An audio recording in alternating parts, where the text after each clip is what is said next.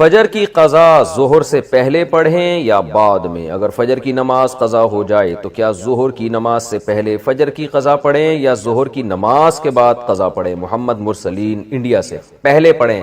ایک تو فجر قضا کر دی، یہ گناہ، اوپر سے اتنی تاخیر کر رہے ہیں تو گناہ در گناہ ہوگا۔ حدیث میں آتا ہے من نام عن صلاۃ او نسیھا فلیصلیھا اذا ذکرھا فإن ذلک وقتھا۔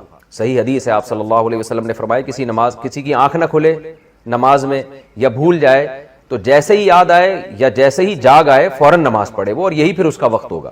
تو اس میں تاخیر کرنا ٹھیک عمل نہیں ہے، تو ظہر تک بھی ڈیلے نہ کریں اس کو، یہ بھی غلط ہے۔ قضا نمازیں کس طرح پڑھیں؟ قضا نمازیں کس طرح پڑھنی چاہیے؟ کیا ان کی پانچوں نمازیں اکٹھے ایک وقت میں پڑھ سکتے ہیں؟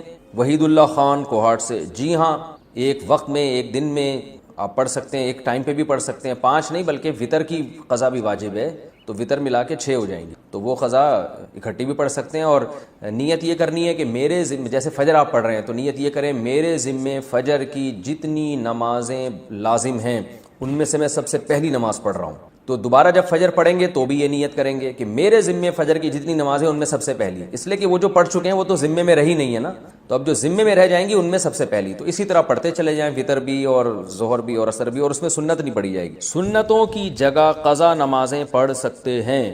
کیا عصر اور عشاء کی سنتیں غیر مؤکدہ نہ پڑھیں اور اس کی جگہ قضا نماز پڑھ لیں؟ اس طرح نفل بھی نہ پڑھیں تو کیا یہ صحیح ہے؟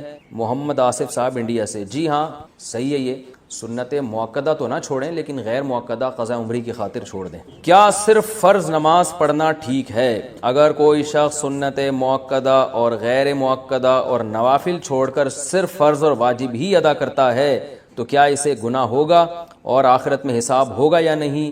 نیز کیا اس کی قضا کرنی ہوگی؟ دیکھیں، نوافل چھوڑ دیتا ہے یا سنت غیر مؤکدہ چھوڑ دیتا ہے تو کوئی گناہ نہیں ہے، لیکن اگر صرف سنت یعنی فرائض پہ اکتفا کرتا ہے اور سنت مؤکدہ کبھی بھی نہیں پڑھتا تو پھر یہ گناہ گار ہے، کیونکہ سنت مؤکدہ کو ہمیشہ کے لیے ترک کر دینا علماء کہتے ہیں اس میں گناہ کا خطرہ ہے اور یہ شخص قابل ملامت ہے، کیونکہ سنت مؤکدہ یہی ہے جس کی تاکید بہت زیادہ ہے، جیسے فجر کی 2 سنتیں آپ صلی اللہ علیہ وسلم ہمیشہ پڑھا کرتے تھے، حتیٰ کہ فجر کی سنتیں سفر میں بھی نہیں چھوڑی آپ صلی اللہ علیہ وسلم نے، تو باقی سنتوں کا بھی جو مؤکدہ ہیں ان کا اہتمام ضروری ہے، کبھی کبھار چھوٹ جائیں تو کوئی حرج نہیں ہے اس میں، جیسے سفر میں چھوڑ دیں یا کوئی ایمرجنسی ہے یا بہت زیادہ تھکاوٹ ہے، کبھی کبھار چھوڑنے میں کوئی حرج نہیں۔ فجر میں الارم نہیں بجا تو قضا کا گناہ ہوگا؟ اگر کوئی فجر کا وقت ختم ہونے کے 45 منٹ بعد فجر کی نیت سے جاگا اور اٹھ کر موبائل دیکھا کہ الارم کیوں نہیں بجا، پھر وضو کر کے فرض نماز کی قضا کی، کیا اسے بھی قضا کرنے کا گناہ ملے گا یا پھر یہ معاف سمجھا جائے گا؟ عارف شیخ انڈیا سے۔ عارف شیخ صاحب، اگر پورا انتظام اس نے فجر میں اٹھنے کا کیا تھا پھر بھی بیچارے کی آنکھ نہیں کھلی تو پھر کیوں گناہ ملے گا؟ حدیث میں آتا ہے کہ لیس فی النوم التفریط فی الیقظہ، آپ صلی اللہ علیہ وسلم نے فرمایا کہ سوندے میں کوتاہی نہیں ہے، کوئی آدمی اگر سو جائے اور آنکھ نہ کھلے، خود آپ صلی اللہ علیہ وسلم کے ساتھ ایسا ہوا صحیح بخاری میں کہ اس کو آپ صلی اللہ علیہ وسلم کی آنکھ نہیں کھلی، کیونکہ حضرت بلال جنہوں نے جگانا تھا ان کی آنکھ نہیں کھلی، تو حضرت بلال کہ جب سورج کی کرنیں آپ کے چہرے پر پڑی ہیں تو حضرت بلال کی آنکھ کھلی تو آپ نے سب کو اٹھایا، تو پورا انتظام آپ جاگنے کا کر کے سوئے پھر بھی آنکھ نہیں کھلی تو وہ معاف ہے۔ آپ صلی اللہ علیہ وسلم نے فرمایا کہ من نام عن صلاۃ او نسیھا فلیصلیھا اذا ذکرھا، کہ جو آدمی نماز سے سو جائے یا بھول جائے تو جیسی یاد آئے اس وقت پڑھ لے، جیسی جاگ آئے اس وقت پڑھ لے، تو اس کا مطلب انسان کے ساتھ یہ ہو سکتا ہے کہ آنکھ نہ کھلے اس کی۔ تو اللہ تعالیٰ نے ارشاد فرمایا کہ جس دن اللہ اپنی پنڈلی کو ظاہر کریں گے، جو اللہ ہی جانتا ہے ان چیزوں میں متشابہات میں ہیں، اس کی کیفیات ہمیں معلوم نہیں ہے، ان میں بحث کرنا بھی ناجائز ہے۔ اللہ اپنی تجلی ظاہر کریں گے تو اس میں اتنی اٹریکشن ہوگی، اس میں لوگ ایسے مبہوت ہو جائیں گے کہ سجدے میں گر جائیں گے، اس وقت سجدہ کرنے میں مزہ آئے گا، لذت محسوس ہوگی۔ فرمایا لیکن کچھ لوگ ایسے ہوں گے جن کی کمر تختے کی کر دی جائے گی اور وہ سجدہ کرنا بھی چاہیں گے تو نہیں کر سکیں گے۔ یہ کون لوگ ہوں گے؟ فرمایا یہ وہ لوگ ہوں گے جن کو دنیا میں سجدے کے لیے، نماز کے لیے بلایا جاتا تھا، وہم سالمون، اس وقت ان کی کمر صحیح تھی، تختے کی نہیں تھی، یہ کمر جھکا سکتے تھے، سجدہ کر سکتے تھے، نماز پڑھ سکتے تھے۔ اس سے اندازہ ہوتا ہے کہ اللہ کی نظر میں دنیا میں جب ہمیں سجدے کے لیے بلایا جاتا ہے تو ہم اس کو ہلکا لیتے ہیں، لیکن اللہ کی نظر میں اس کی بہت بڑی قیمت ہے، بہت ویلیو ہے اللہ کی نظر میں اس کی۔ اس لیے خوب اچھی طرح سمجھ لیں کہ نماز کو ہلکا نہیں سمجھنا چاہیے. آج ہمیں بے نمازیوں کے بارے میں افسوس نہیں ہوتا، وہ تو پڑھتے ہی نہیں ہیں. نمازیوں کے بارے میں افسوس ہوتا ہے کہ جو نمازی بھی ہیں نا تو وہ بھی اپنی نماز کی ایسے حفاظت نہیں کرتے جیسے اللہ نے حکم دیا ہے. انہوں نے بھی ایک سائیڈ میں ایک چیز رکھا ہوا ہے کہ جب سارے کاموں سے فارغ ہو گئے تو چلو کیا پڑھ لیتے ہیں، نماز پڑھ لیتے ہیں. یہ جو قرآن میں اللہ نے فرمایا یوم وہم کیا ہے، یوم یکشف عن ساق ویدعون الی السجود فلا یستطیعون خاشعۃ ابصارهم ترہقهم، نہیں یہ آیت میں یوم یکشف عن ساق ویدعون الی السجود فلا یستطیعون، آگے کیا ہے، خاشعۃ ابصارهم ترہقهم ذلہ وقد كانوا يدعون الى السجود وهم سالمون. فرمایا دنیا میں انہیں سجدے کے لیے بلایا جاتا تھا، تو یہ کب بلایا جاتا ہے، اذان. بھائی یہ بہت بڑا المیہ ہے یار. دیکھو گاڑیاں غلط نہیں پارک کیا کرو. میں دیکھتا ہوں یہاں مدرسے کے گیٹ کے آگے کئی بار لوگوں نے گاڑیاں کھڑی کی ہیں. اتنی تو انسان میں سینس ہوتی ہے کہ جب گیٹ کھلے گا مدرسے کا تو اندر سے جو گاڑی باہر کیسے نکالے گا. یعنی یہ تو نبی صلی اللہ علیہ وسلم نے فرمایا کہ ایمان کا آخری درجہ یہ ہے، یہ حدیث خوب غور سے سنیں، ایمان کا آخری درجہ یہ ہے کہ راستے سے تکلیف دہ چیز کو ہٹایا جائے. کوئی بھی چیز جو لوگوں کو تکلیف پہنچا رہی ہے اس کو کیا کرو، ہٹا دو. گٹر کا ڈھکن کھلا ہوا ہے، کوئی گر سکتا ہے، آپ اس کے انتظام کریں. کانٹا پڑا ہوا ہے اس کو ہٹائیں، پتھر رکھا ہوا ہے اس کو ہٹائیں. کوئی بھی چیز جو لوگوں کو اذیت دے سکتی ہے. ہاں ابھی بتا رہا ہوں، ابھی بتا رہا ہوں. جائیں گے نا، بات کمپلیٹ ہونے دینا، ورنہ پھر وہ دوبارہ کریں گے یہ حرکت. تو اس لیے کمپلیٹ کر لو پھر جائیں.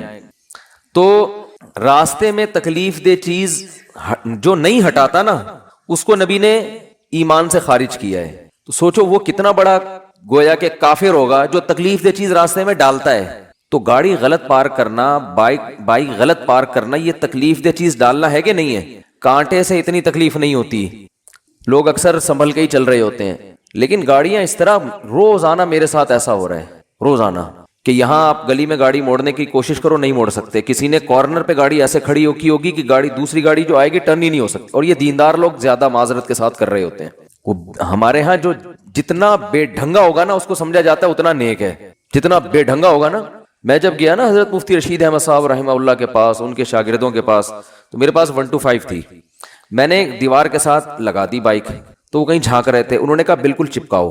میں نے کہا یہ عجیب بات کر رہے ہیں بھائی، راستہ تو ہے نا بھائی، راستہ اتنا تو ہم نے بائک پارک کی ہے کہ راستہ تو ہے. انہوں نے کہا نہیں راستہ نہیں، کھلا راستہ ہونا چاہیے لوگوں کے پاس گزرنے کا. تو جب آپ مکمل دیوار کے ساتھ بائک کو چپکا کے کھڑا کر سکتے ہو تو آپ نے اس کی دم باہر کو کیوں نکالی ہوئی ہے. تو میں نے کہا یار عجیب ٹائپ کے لوگ ہیں یہ. تو بہت سختی کیا کرتے تھے. تو راستے سے تکلیف دہ چیز جو نہ ہٹائے وہ ایمان سے خارج ہے. تو جو راستے میں تکلیف دہ چیز ڈالے وہ کتنا بڑا بے ایمان ہوگا معذرت کے ساتھ. تو ابھی تو آپ لوگوں سے غلطی سے اس لیے میں کہہ رہا ہوں کہ اب جس نے غلط گاڑی پارک کی وہ اٹھے گا ہی نہیں نا. ہمیں آپ نے بے ایمان کا فتویٰ لگا دیا. تو ہم اچھا گمان رکھتے ہیں آپ نے جان کر نہیں کیا ہوگا، غلطی سے کیا ہوگا، بلکہ آپ نے گاڑی صحیح پارک کی ہوگی یا بائک صحیح پارک کی ہوگی، کسی نے ہٹا دی ہوگی.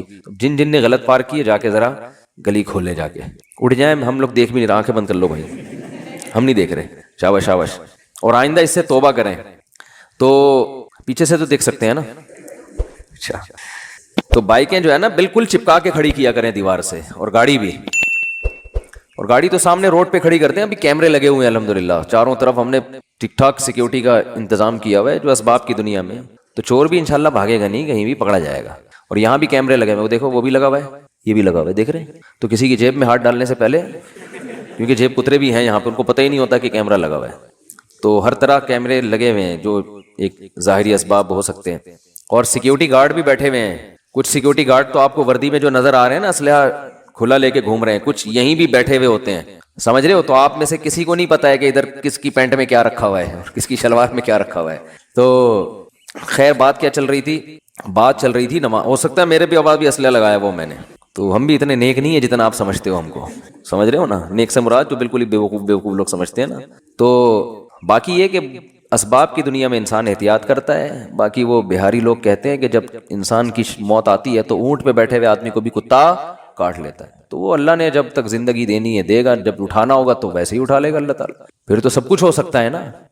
تو ایک ظاہری لحاظ سے جو کچھ ہو سکتا ہے وہ کرتا ہے انسان. باقی اللہ چاہے گا تو سب کچھ ہو سکتا ہے. ایک چھوٹا سا مچھر انسان کو مار سکتا ہے, تو ایک چھوٹی سی گولی مار سکتی ہے انسان کو, کچھ بھی ہو سکتا ہے. خیر, تو بات یہ چل رہی تھی کہ اللہ نے فرمایا جب ان کو دنیا میں سجدے کے لیے بلایا جاتا تھا تو یہ نہیں آتے تھے. تو جو اللہ جب بلاتے ہیں اس بلانے کو کیا کہا جاتا ہے؟ اذان. اذان بڑی زبردست چیز ہے.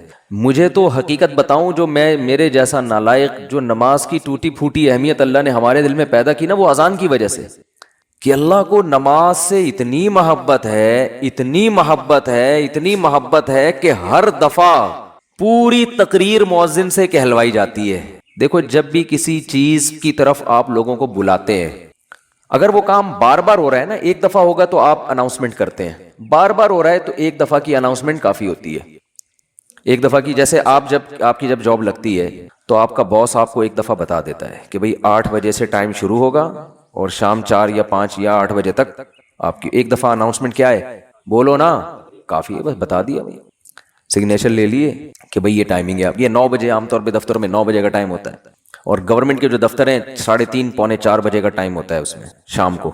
چھٹی کا ٹائم 4 بجے, پونے 4 بجے حاضری ہوگی اور 4 بجے چھٹی. بعض دفعہ تو آنے کا ٹائم 4 بجے ہوتا ہے, جانے کا صبح 9 بجے ہوتا ہے واپس, یعنی الٹا بھی چل رہا ہوتا ہے. جو پریکٹیکلی ہو رہا ہے نا کہ اس ٹائم پر آئے کہ جب جانے کا ٹائم گزر چکا تھا, ٹھیک ہے نا. 4 بجے جانے کا ٹائم تھا, 5 بجے پہنچ رہے ہیں. تو گورنمنٹ میں اللہ کا شکر ہے بہت ساری ہمارے ہاں سہولتیں ہیں الحمدللہ. تو ابھی بات سے بات نکلتی ہے, چھوڑو اس کو یار, بات تو سجدے کی چل رہی تھی نا. تو اللہ تعالیٰ نے, ہاں میں یہ عرض کر رہا تھا کہ آپ کو ایک دفعہ بتا دیا جاتا ہے بھائی یہ ٹائم ہے, اس پہ آ جانا. اب یہ تو نہیں ہوتا کہ جب 8 بجیں گے یا 9 بجے کا ٹائم آفس میں دیا ہے تو باس آپ کو فون کر کے بتا رہا ہوں آ جاؤ ٹائم ہو گیا ہے. کبھی ہوتا ہے ایسے؟ نہیں ہوتا نا. کیوں نہیں ہوتا؟ ان کو پتا ہے خود آئے گا. اس لیے کہ کیا ملتا ہے سال کے آخر میں؟ روکھڑا ملتا ہے. روکھڑا ملے گا تو سارے کام ہوں گے, عزت بھی ملے گی, ترقی ہوگی آپ کی. دیکھا جاتا ہے نا, پرائیویٹ اداروں میں تو دیکھا جاتا ہے, گورنمنٹ میں دیکھا جانا چاہیے کہ یہ اس کی حاضریاں کتنی ہیں اور کتنا کس نے کام کیا ہے. لہذا ان کو موٹیویٹ کرنے کے لیے آپ کو بار بار اناؤنسمنٹ کی ضرورت نہیں ہے. بار بار اناؤنسمنٹ کی ضرورت نہیں. ایک دفعہ اعلان دوبارہ کریں گے تو آپ ان کو بیوقوف بولو گے, یار بس سر آپ نے بتا دیا نا 9 بجے کا ٹائم ہے, بس کیا ہے بار بار بھونپو لے کے گھر پہنچ جاتے ہو ہیں, لاؤڈ اسپیکر لے کے میرے دروازے پہ کھڑے ہو 9 بج گئے. یہ جو سحری جگانے والے آتے ہیں نا, مجھے ان سے اسی وجہ سے الرجی ہے. اور بھائی ہمیں پتا ہے یار, سب کو جس نے روزہ رکھنا ہے وہ اٹھ جائے گا. اب وہ پھر وہ جو گھومنا شروع کرتے ہیں محلے پڑوس میں, ایک گھر کا نمبر رات 2 بجے آ رہا ہے, دوسرے کا نمبر رات 4 بجے آ رہا ہے. سحری کا ٹائم 4 بجے شروع ہو رہا ہے تو 2 بجے ان کو کیوں اٹھا رہے ہو؟ یہ تو ایک بس عجیب سی ایک حساب کتاب ہے. تو خیر, بار بار اناؤنسمنٹ نہیں کی جاتی, بار بار یاد دہانی نہیں کی جاتی.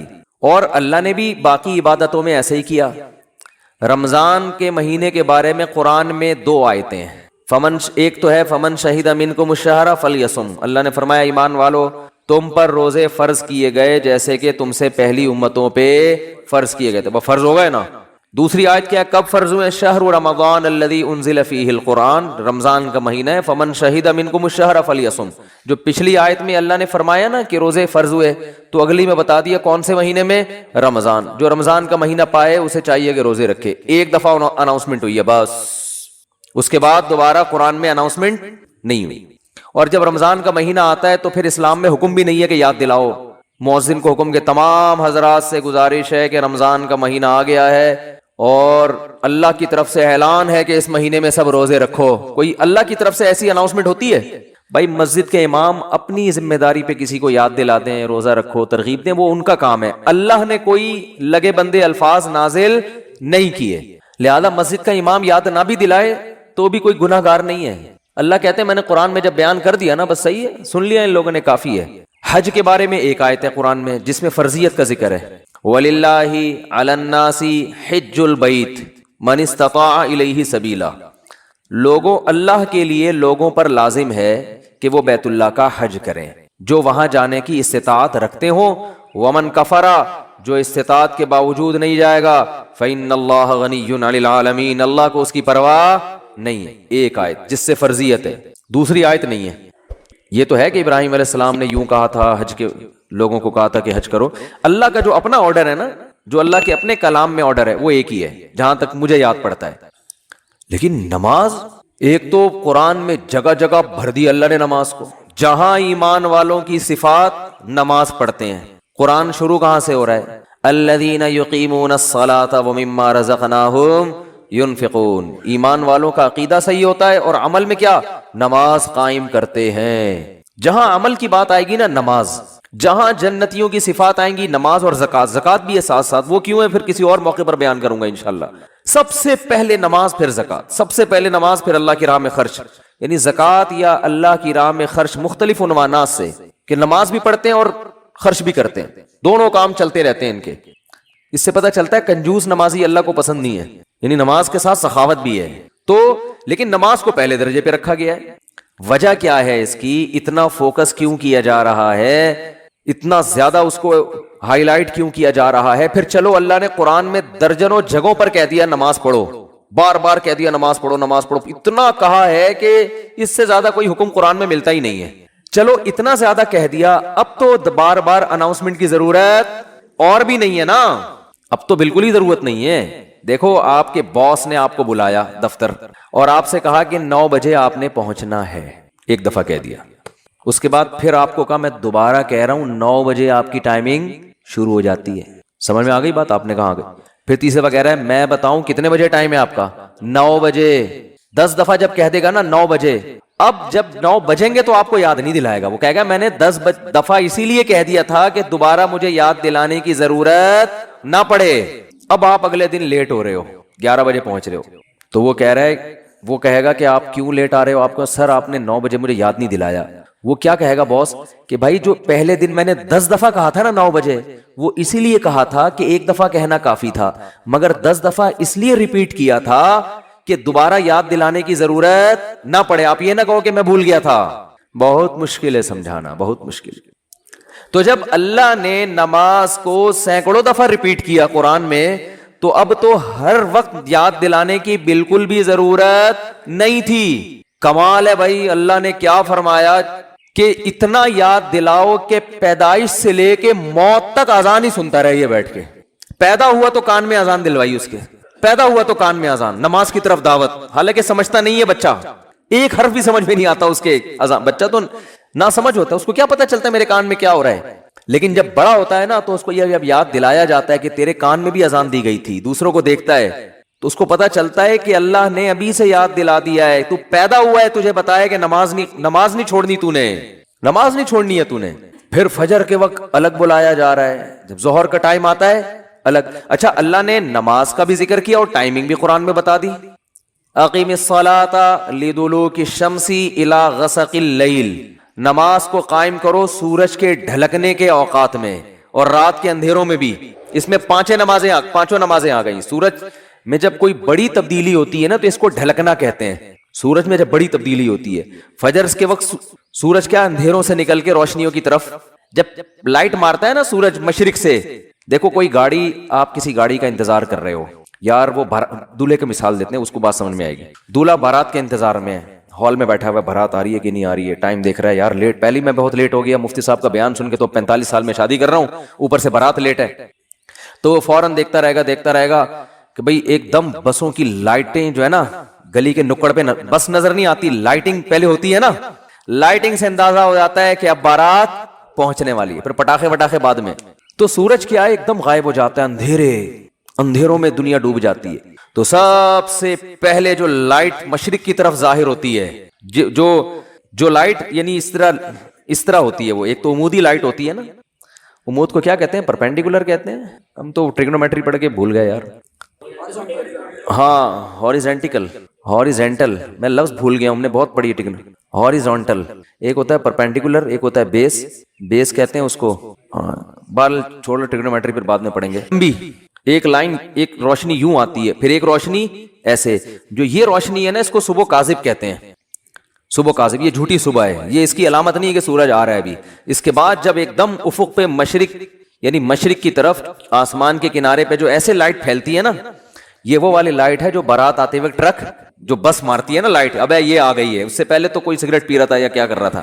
تو اس کو کہتے ہیں صبح صادق, سچی صبح. وہ پہلے والی صبح سے دھوکا ہوتا ہے کہ شاید سورج نکل رہا ہے، وہ اس لیے اس کو صبح کاذب کہا جاتا ہے، اور اس کے بعد آتی ہے صبح صادق۔ تو وہ جو لائٹ مشرق کی طرف پھیلتی ہے نا ایسے لمبائی میں، وہ اس کی علامت ہوتی ہے کہ اب وہ اندھیرے ختم، ایک دم سورج ایک ڈھلکنا شروع ہو رہا ہے نا، ایک دنیا میں ایک بہت بڑی چینجنگ آ رہی ہے۔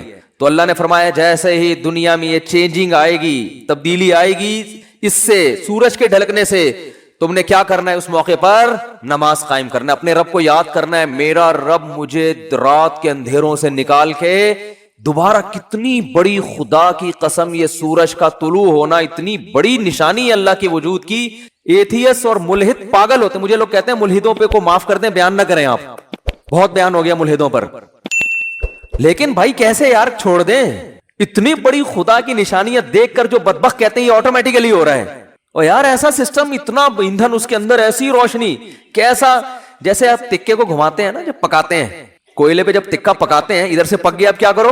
گھماؤ، یہ خود بخود گھومتا ہے؟ گھمانا پڑتا ہے، یا ایسا سسٹم لگانا پڑے گا کہ گھومے، وہ سسٹم کوئی لگا کے دیتا ہے۔ تکے میں خود بخود اتنی عقل نہیں ہوتی کہ کروڑوں سال میں ترقی کرتے کرتے ایسا بن گیا کہ آٹومیٹک گھومنا خود بخود ہی شروع، یہاں سے پک گیا اب یہاں سے پکاؤ، ہے بھائی یہاں سے تو پک گیا اب کیا کرو؟ اب یہاں سے پکاؤ مجھے۔ تکا خود بخود کروڑوں سال میں بھی اتنا ذہین نہیں ہوتا، تو یہ سورج اور زمین اتنے ذہین کیسے ہو گئے کہ سورج گیا اور پوری دنیا کو لائٹ دیتا دیتا، ساری دنیا میں کی فصلیں اگاتا، وٹامن ڈی پرووائڈ کرتے کرتے کرتے کرتے، ابھی سورج امریکہ والوں کو نواز رہا ہے، اس وقت یہاں رات ہو رہی ہے نا، امریکہ میں دن ہے، سورج وہاں جا کے گوروں کو وٹامن ڈی دے رہا ہے، ان کی فصلوں میں جان پیدا کر رہا ہے۔ ہمارا نمبر، ابھی ہم تکے کی وہ والی سائڈ ہے جو انگارے کے دوسری طرف گئے ہوئے ہم لوگ، بھئی یہاں سے تو زمین پک گئی ہے، اب اس کو تھوڑا سا اندھیرے میں رکھو، اس کو پکانے کی ضرورت نہیں ہے۔ اب میرے اس طرح پکانے کی باتیں کرنے سے ایتھیس کو تپانے کا کام ہو رہا ہے، حقیقت ہے نا، جب سورج پکا رہا ہے اور ایتھیس ہمیں تپا رہا ہے، خود بھی تپ رہا ہے الٹی باتیں کر کے۔ تو یہ بھائی کیسا خوبصورت نظام ہے یار، سورج کا جو طلوع ہے نا، خدا کی قسم یہ اللہ کی بہت بڑی نشانی ہے۔ لاکھوں کروڑوں سال ہو گئے سورج کی حرکت میں کوئی تبدیلی نہیں ہو رہی، کتنا بڑا آگ کا ایندھن ہے، آگ کا ایندھن زمین سے لاکھوں گنا بڑا، اتنی آگ اتنا ایندھن کہاں سے آ گیا؟ اسٹیل مل میں جو ایندھن جس سے لوہا پگھلایا جاتا ہے یہ آٹومیٹکلی پیدا ہو گیا، یہ اس کو پیدا کیا گیا ہے، یہ تو ڈالا جاتا ہے نا اس میں بھٹیوں کو جلانے کے لیے، سورج میں کہاں سے آ گیا؟ اتنی آگ برسا رہا ہے، اور ایسی لائٹ ہے اس کی کہ آپ جب سورج کی روشنی ہوتی ہے آپ کے ہزار وولٹ کے بلب فیل ہو جاتے ہیں، پتہ ہی نہیں چل رہا ہوتا کہ جل رہے ہیں کہ بجھ رہے ہیں، تو کیا تن تناتا ہوا شان کے ساتھ مشرق سے نکلتا ہے۔ تو اللہ نے کہا ابھی نکلنے سے پہلے پوری دنیا کا نظام چونکہ چینج ہو رہا ہے، اندھیروں سے ڈوب کے تم روشنیوں کی طرف آ رہے ہو، تو جو ملحد ہوگا، جو خدا کا انکار کرنے والا ہے، اسے اس سے کوئی غرض نہیں ہے کہ اللہ نے مجھے دوبارہ زندگی دی، دوبارہ سورج میری خدمت کے لیے طلوع ہو رہا ہے اور اس زمین کا نظام دوبارہ سے کیا ہو رہا ہے؟ چینج ہو رہا ہے۔ وہ تو پڑا وقت خواب خرگوش کے مزید لیتا رہے گا، کافر خدا کو یاد نہیں کرے گا، اور جو خدا کو مانتے ہیں، جو مشرک ہیں، وہ مندروں میں جا کے بتوں کے سامنے جھکیں گے، حالانکہ وہ تو خود پیدا کیے ہوئے ہیں ان بتوں کو اللہ نے۔ تبھی قرآن کہہ رہے لا تسجدوا للشمس ولا للقمر، سورج اور چاند کی خدمت کو دیکھ کے ان کو سجدہ مت کرو، واسجدوا للہ الذی خلقہن، سجدے کے لائق وہ خدا ہے جس نے سورج اور چاند کو بنایا ہے۔ ہندو کہتا ہے گائے ہماری بڑی خدمت کرتی ہے، گائے ہماری ماں ہے، ہمارا بھگوان ہے۔ او بھائی جس خدا نے گائے کو تمہاری خدمت کے لیے بنایا ہے وہ ہے تمہارا اصل بھگوان، وہ ہے تمہارا اصل معبود، یہ گائے بنی نہیں ہے، بنائی گئی ہے۔ ایک میکینک نے گاڑی بنا کے آپ کو گفٹ دے دی، گاڑی کا شکریہ ادا کر رہے ہو آپ، ہیں؟ بے وقوفی ہے یا نہیں ہے؟ ایک سائنٹسٹ نے گاڑی بنائی اور آپ کو دے دی، لو بھائی چلاؤ، ریوو بنائی، ریوو اس لیے کہہ رہا ہوں کہ مثال تو اچھی دینا آدمی۔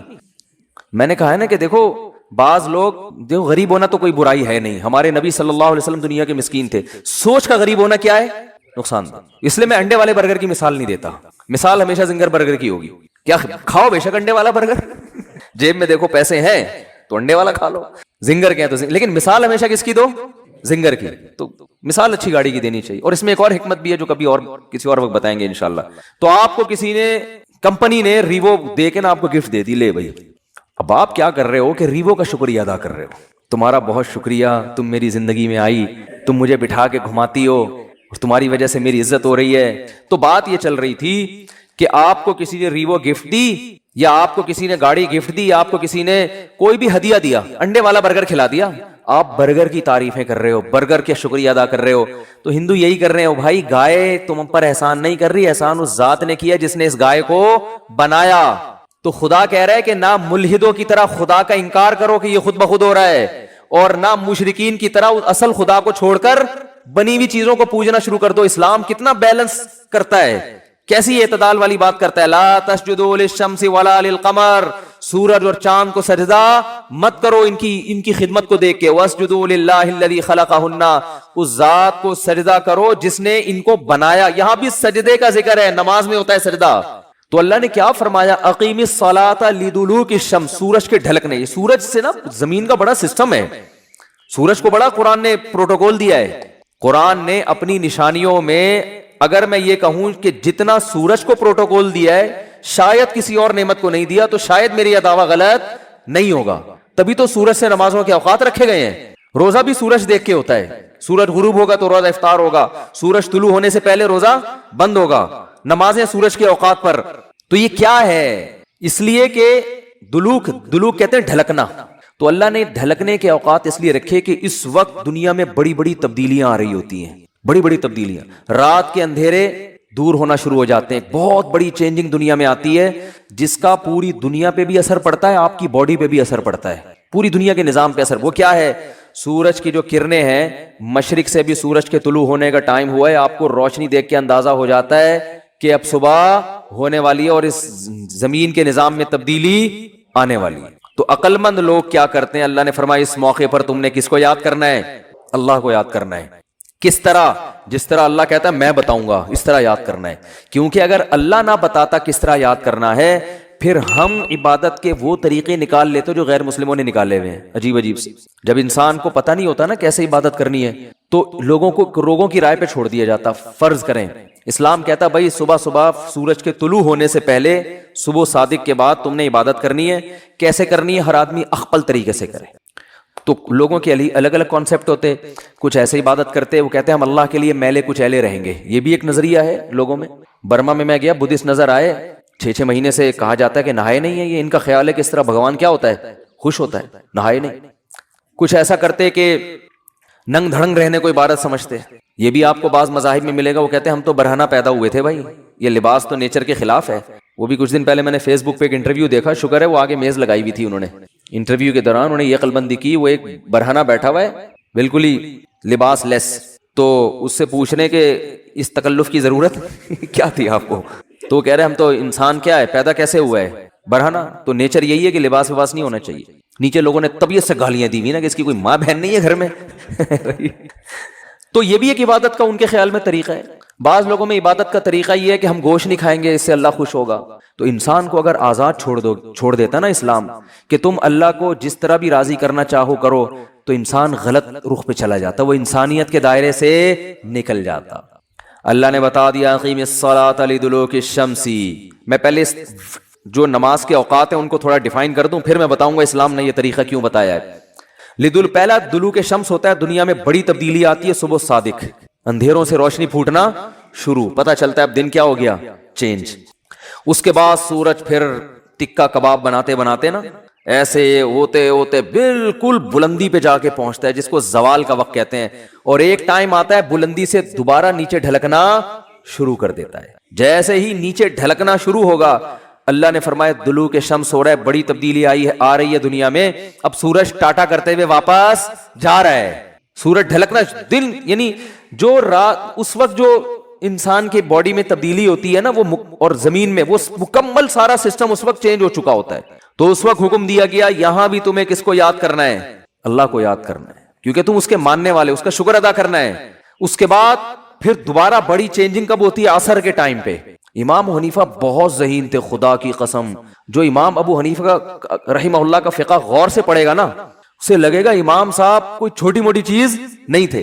حدیث میں ہمیں نماز کے بارے میں, عصر کے بارے میں مثل اول بھی ملتا ہے, مثل ثانی بھی ملتا ہے. بخاری مسلم کی حدیثوں سے ہمیں پتہ چلتا ہے کہ جس ٹائم پہ ہمارے جو اہل حدیث حضرات عصر کی نماز پڑھتے ہیں نا, اس کا بھی ثبوت حدیث سے ہمیں ملتا ہے. اور یہی ٹائم امام شافعی کا بھی ہے, جو عصر بہت جلدی پڑھی جاتی ہے. پورے سعودیہ میں آپ نے دیکھا ہوگا بہت جلدی عصر پڑھ لیتے ہیں وہ. لیکن امام حنیفہ کی رائے یہ کہ دیر سے پڑھی جائے, جب ہر چیز کا سایہ دگنا ہو جائے. کتنا ہو جائے, دگنا. اب بہت سے حضرات کہتے ہیں امام حنیفہ نے اس حدیث کی مخالفت کر دی جس میں جلدی پڑھنے کا ہے. تو امام حنیفہ نے حدیث کی دونوں حدیثوں میں اس حدیث کو لیا جو قرآن کے زیادہ قریب ہے, کیونکہ سورج کا جو ڈھلکنا ہے نا, بڑی چینجنگ, یہ مثل اول پہ نہیں ہوتی, مثل ثانی پہ ہوتی ہے. یعنی جب ہر چیز کا سایہ آپ نے 1 فٹ کا اسکیل رکھا زمین پہ, جب اس اسکیل کا سایہ اتنا ہو جائے, دیکھیں جب سورج بالکل اوپر ہوتا ہے, اس بات کو ذرا ٹیکنیکل طریقے سے سمجھیں, سورج بالکل سر پہ ہوتا ہے تو ہر چیز کا سایہ 0 ہو جاتا ہے. کتنا ہو جاتا ہے؟ اگر آپ خط استوا پر ہو, اکویٹر پہ ہو نا, تو سورج جب بالکل آپ کے سر پہ ہوگا تو 1 فٹ اسکیل اگر ہے اس کا سایہ کتنا ہوگا؟ 0, کیونکہ بالکل اوپر ہے نا. اب جب ذرا سا ڈھلکے گا تو جیسے ہی تھوڑا سا ڈھلکا ہے ظہر شروع, اس پر پوری امت کا اتفاق ہے. پھر ڈھلکتے ڈھلکتے جب اس چیز کا سایہ اتنا ہو جائے جتنی وہ چیز ہے, یعنی 1 فٹ چیز کا سایہ 1 فٹ ہو جائے, تو جمہور علماء کہتے ہیں عصر کا ٹائم شروع ہو گیا. اور بخاری کی حدیث بھی ہے اس پر, لیکن بخاری ہی کی دوسری حدیث سے پتہ چلتا ہے کہ ایسا نہیں ہے. بخاری مسلم کی, چونکہ ابھی میرا یہ ٹاپک نہیں ہے اس لیے میں حدیثیں پیش نہیں کر رہا, ورنہ پورا وہ ٹاپک اختلافی مسئلے پہ چلا جائے گا. اس سے پتہ چلتا ہے کہ نہیں, ابھی عصر کا ٹائم شروع نہیں ہوا, بلکہ ہر چیز کا سایہ جب دگنا ہو جائے گا, 1 فٹ کی چیز ہے اس کا سایہ کتنا ہو جائے 2 فٹ, تو عصر کا ٹائم شروع ہوتا ہے. اس وقت عصر کا ٹائم شروع. یہ امام ابو حنیفہ کا قول ہے, راجح قول, کہ بہتر یہ ہے, افضل یہ ہے کہ عصر کی نماز اس وقت پڑھی جائے, اس سے پہلے پڑھنا فتویٰ اس پر ہے کہ جائز تو ہے مگر بہتر نہیں ہے. تبھی ہمارے ہاں ہندوستان پاکستان میں دیر سے اثر ہوتی ہے. عرب کنٹریز میں چونکہ فقہ حنبلی کو فالو کرتے ہیں نا, شافعی اور حنبلی, وہ جلدی, اہل حدیث بھی جلدی پڑھتے ہیں. لیکن قرآن میں اگر آپ غور کرو گے تو قرآن سورج کے ڈھلکنے پر, اور یعنی کوئی بڑا تغیر ہونا چاہیے زمین میں, تو وہ جو بڑی چینجنگ ہے نا, اس وقت نہیں ہوتی جب ہر چیز کا سایہ 1 مثل ہو, بلکہ وہ اس وقت ہوتی ہے جب ہر چیز کا سایہ کیا ہو 2 مثل. اس وقت ٹائم بہت چینج ہو چکا ہوتا ہے. جب ہر چیز کا سایہ 1 مثل ہوتا ہے تو ٹائم میں چینجنگ نہیں ہوتی. یعنی ایک عام آدمی سے آپ پوچھیں گے تو وہ ٹائم بتا بھی نہیں سکتا, یعنی وہ اندازہ بھی نہیں لگا سکتا کہ یہ ظہر ختم ہوئی ہے یا عصر شروع ہوئی ہے کہ نہیں ہوئی ہے. جبکہ جو عصر, جب سورج میں تپش بالکل کم ہو جاتی ہے سورج کی, اس وقت کائنات میں بڑی تبدیلی ہو چکی ہوتی ہے. تو امام صاحب کی دلیل یہ ہے کہ اس کائنات میں جب بڑی چینجنگ ہوگی سورج کی حرکت کی وجہ سے, تو نماز کا ٹائم, کسی نہ کسی نماز کا ٹائم آ رہا ہوگا. تو وہ چینجنگ مثل اول پہ نہیں ہوتی بلکہ مثل ثانی پہ ہوتی ہے. اور ایک اور بھی حدیث ہے امام حنیفہ کی دلیل, بخاری مسلم کی بات چل پڑی ہے, لوگ کیونکہ کلپ بنا کے مارکیٹ میں چلا دیتے ہیں نا, پھر ادھوری دلیل آتی ہے. حدیث میں آتا ہے آپ صلی اللہ علیہ وسلم نے فرمایا, بخاری مسلم کی حدیث ہے, کہ میری اور پچھلی امتوں کی مثال اس مزدور کی ہے کہ ایک مزدور نے فجر سے لے کے ظہر تک کام کیا, اجر 1 قرات ملا. ایک نے ظہر سے لے کے عصر تک کام کیا, اجر 1 قرات ملا. اور ایک نے عصر سے لے کے مغرب تک کام کیا, اجر 2 قرات ملا. تو آپ نے فرمایا کہ عمل قلیلا و اجر کثیرا, جو فجر سے لے کے ظہر تک کام کر رہا ہے بہت زیادہ کام کرے گا, مگر اجر کتنا 1 قرات. جو ظہر سے لے کے عصر تک کام کر رہا ہے, عمل حدیث کے مطابق بہت زیادہ کر رہا ہے, اجر کتنا مل رہا ہے 1 قرات. لیکن آپ نے فرمایا جو عصر سے مغرب کر رہا ہے, عمل کثیرا عمل قلیلا, عمل بہت تھوڑا کیا, اور اجرا کثیرا, اجر زیادہ ملا. یہ حدیث کے الفاظ ہیں. تو پچھلی امتیں کیا ہیں, یہود و نصارہ. یہودیوں نے فجر سے لے کے ظہر تک عمل کیا, عمل 1 روپیہ ملے گا ان کو, ایک مثال دے رہا ہوں روپے سے. عیسائی نے بھی بہت لمبا عمل کیا, ظہر سے عصر تک عمل, ثواب کتنا مل رہا ہے 1 روپیہ. اس امت نے بہت تھوڑی دیر عمل کیا مگر اجر کیا مل رہا ہے 2 تو یہود و نصارہ اللہ سے کہیں گے اللہ ہم عمل زیادہ کر رہے ہیں اجر کم, یہ عمل کم کر رہے ہیں اجر زیادہ. تو اللہ فرمائیں گے کہ میں تم پہ ظلم نہیں کر رہا, تمہیں تمہارے عمل کا پورا بدلہ دے رہا ہوں. اس امت کو تھوڑے عمل پہ جو میں اضافی دے رہا ہوں تو یہ میری مرضی ہے, یہ میرا فضل ہے. بھائی ایک مزدور سے 1 گھنٹہ گڑا کھدوائیں, اجرت طے ہوئی 100 روپے, وہ دے دیا آپ نے.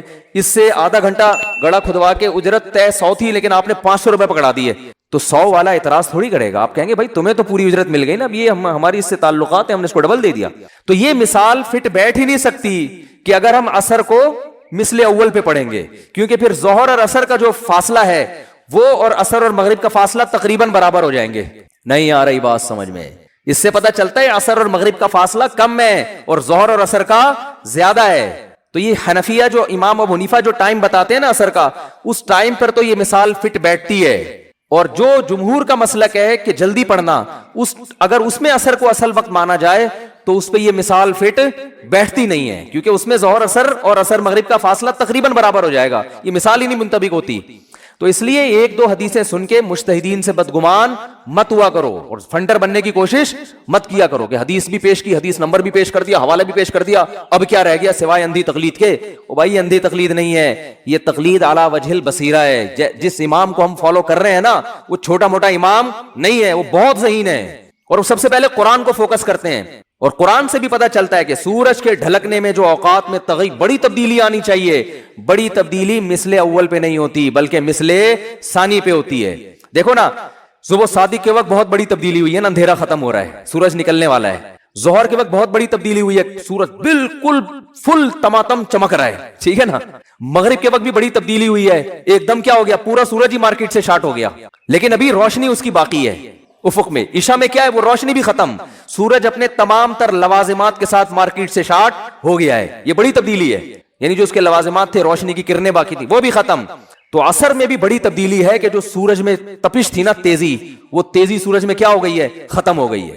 تو وہ جب دیر سے اثر ہوگی تو اس میں ہوتی ہے, ہاں اتنی دیر نہ ہو کہ مکروہ وقت شروع ہو جائے. تو خیر یہ تو درمیان میں غریبی میں بات آ گئی.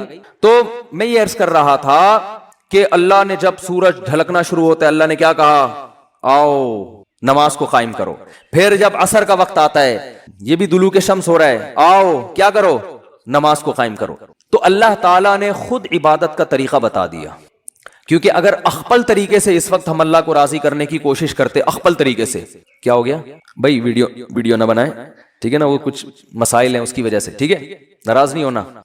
تو اخپل طریقے سے اگر ہمیں حکم دے دیا جاتا ہے نا, تو دیکھو پوری دنیا میں جو لوگ اخپل طریقے سے عبادت کر رہے ہیں ان کا حال کیا ہے.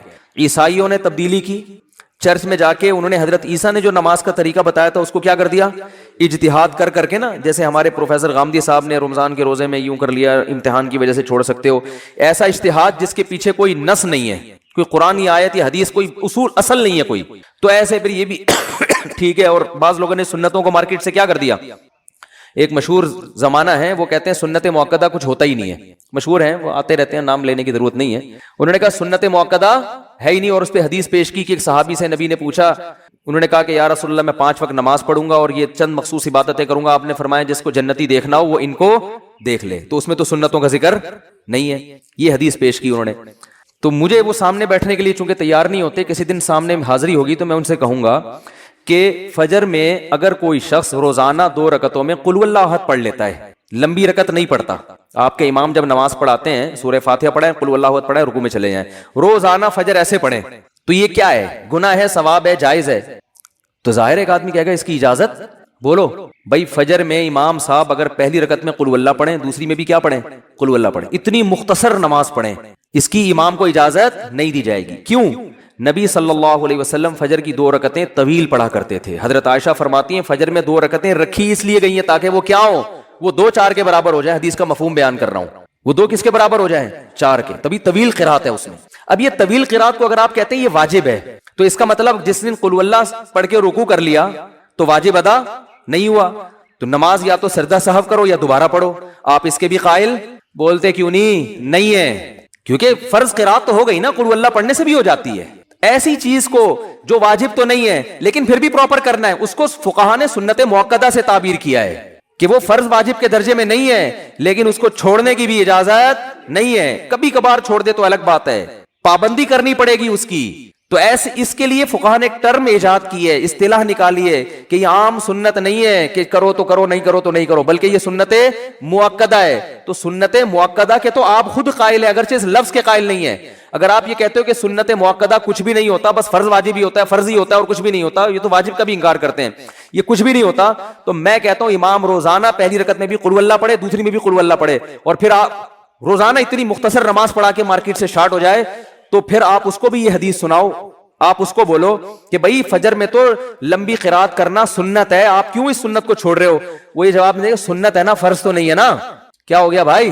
اور وہ حدیث سنا دے کہ ان صحابی نے کہا تھا 5 نمازیں فرض ادا کروں گا جنت میں جاؤں گا, تو میں 5 میں سے فجر جو فرض ہے ادا کر رہا ہوں کہ نہیں کر رہا, فرض ادا ہو رہا ہے کہ نہیں ہو رہا, لیکن آپ اس کو چھوڑیں گے نہیں. ان دل بولیں گے بھائی جو پراپر طریقہ ہے نا فجر کا, اس طرح سے پڑھاؤ, اور اس سے پہلے بھی 2 سنتیں پڑھ کے آیا کرو. تو اس کو, ایسی چیز کو فقہا تعبیر کرتے ہیں کیونکہ وہ دین کو زیادہ سمجھتے ہیں.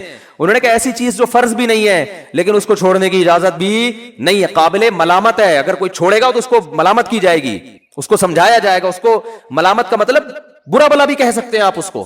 تو یہ ٹرم آپ بے شک اپنی ڈکشنری سے نکال دیں, لیکن ایسے بہت سارے اسلام میں حکام ہیں جو کیا ہے سنتیں جو فرض واجب نہیں ہے لیکن وہ عام سنت بھی نہیں ہے, موقدہ کا معنی تاکید والی.